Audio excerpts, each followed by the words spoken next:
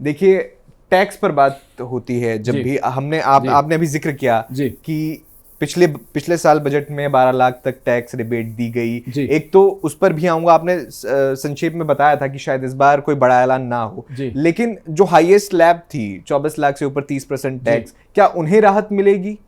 कहीं और राहत देखते हैं? मुझे अरुण गुंजाइश कम नजर आ रही है, क्योंकि एक वर्ड यूज करते हैं फ्रंट लोडिंग।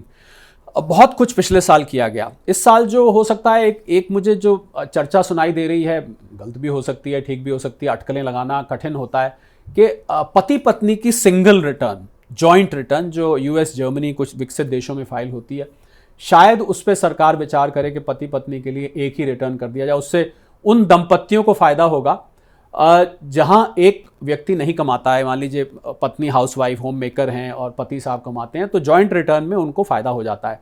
वो एक कुछ टीडीएस और टीसीएस से संबंधित नियमों में शायद कुछ सरलता ला जाए। ऐसा तो नहीं हो सकता अरुण के टैक्स को बिल्कुल ही नहीं छेड़ेंगे क्योंकि पिछले साल इतना कर दिया, क्योंकि टैक्स एक इवोल्यूशनरी प्रोसेस है।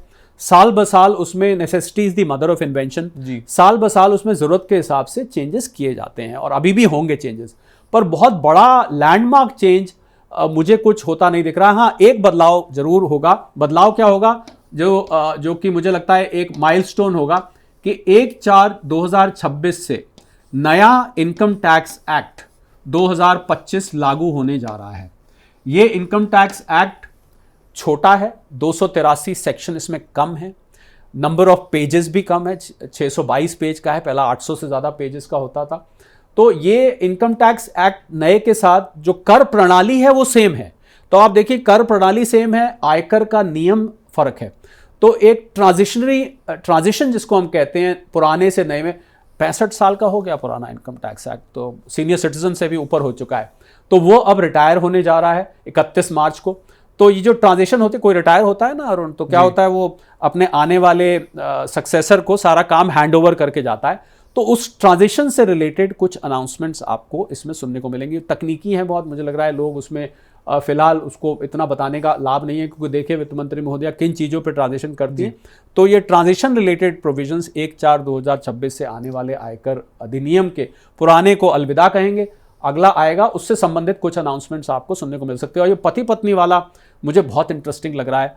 अगर ये आ जाता है तो ये हम तुम एक हैं जो बोलते हैं पति पत्नी, वाकई आयकर उससे भी एक होंगे। और अरुण, मैं तो एक किसी प्लेटफॉर्म पर बात कर रहा था, 7 फेरे होते हैं ना शादी के, तो 8वां फेरा हुआ करेगा अगर ये आ गया तो, कि मैं तुम्हारी टैक्स रिटर्न भी फाइल किया करूंगा, आज से तुम्हारी टैक्स रिटर्न मेरी टैक्स रिटर्न है। फेरों में ऐसे वादे होते हैं, तो तुम्हारा खाने का ध्यान रखूंगा, तुम्हारे घर वालों का, ऐसे मेरे ख्याल ऐसे कुछ फेरों में वादे होते हैं। तो 8वां फेरा उसमें जुड़ जाएगा कि आज से तुम्हारी मेरी टैक्स रिटर्न भी एक ही है। देखते हैं आता है कि नहीं। बिल्कुल बड़ा चेंज हो सकता है, लेकिन इसी से जुड़ा एक छोटा सा सवाल है, टैक्स रिबेट की सीमा बढ़ सकती है? क्योंकि मांग उठ रही थी कि उसकी लिमिट बढ़ा दीजिए। देखिए, ऐसा होता है कि जब आप कम की इच्छा करते हैं और आ जाए तो अच्छा लगता है, पर जब उम्मीद बहुत बढ़ा लेते हैं और नहीं होती तो निराशा होती है।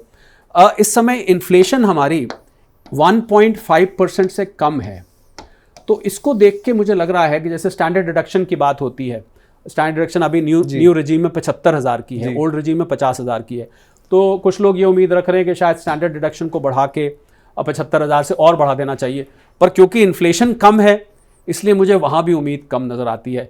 तो अभी क्या होता है अरुण, कि जब बहुत जल्दी जल्दी आप टैक्स में बदलाव करते हैं ना, तो टैक्स में एक स्टेबिलिटी नहीं रहती, कॉम्प्लिकेट हो जाता है, उसमें वो स्थिरता नहीं रहती है बहुत। तो हो सकता है कि इस साल सरकार ब्रेक ले, और कुछ लोग ये कह रहे हैं कि जो ओल्ड रिजीम है इनकम टैक्स एक्ट में शायद वो हटा दी जाएगी, उसके भी मुझे चांस कम लगते हैं। क्योंकि अब मुझे नज़र आ रहा है कि नए रिजीम में, जो नया रिजीम जिसमें 12 लाख रुपए की टैक्स की रिबेट है, उसमें इस साल करीब 75% टैक्स पेयर्स उसमें माइग्रेट कर जाएंगे। तो नए रिजीम को बजाय जान से मारने के उसको एक नेचुरल डेथ दिया जा रहा है कि अपने आप वो, एक अंग्रेजी में शब्द होता है ऑब्लिवियन, वो अपने आप इररेलेवेंट होती जाएगी, उसे हमें मारने की जरूरत ही नहीं है, वो खुद ही अपने आप धीरे धीरे हो जाएगी। तो ओल्ड, क्योंकि कुछ लोगों ने पुरानी पॉलिसीज़ ली हुई हैं, इंश्योरेंस की प्रीमियम देते हैं, पीपीएफ है, एनएससीज हैं, तो इसलिए वो इन्वेस्टमेंट के जरिए अपना टैक्स बचाते हैं। तो उनका मौका, आपके पास विकल्प है ना, पुरानी में जाइए या नए में जाइए।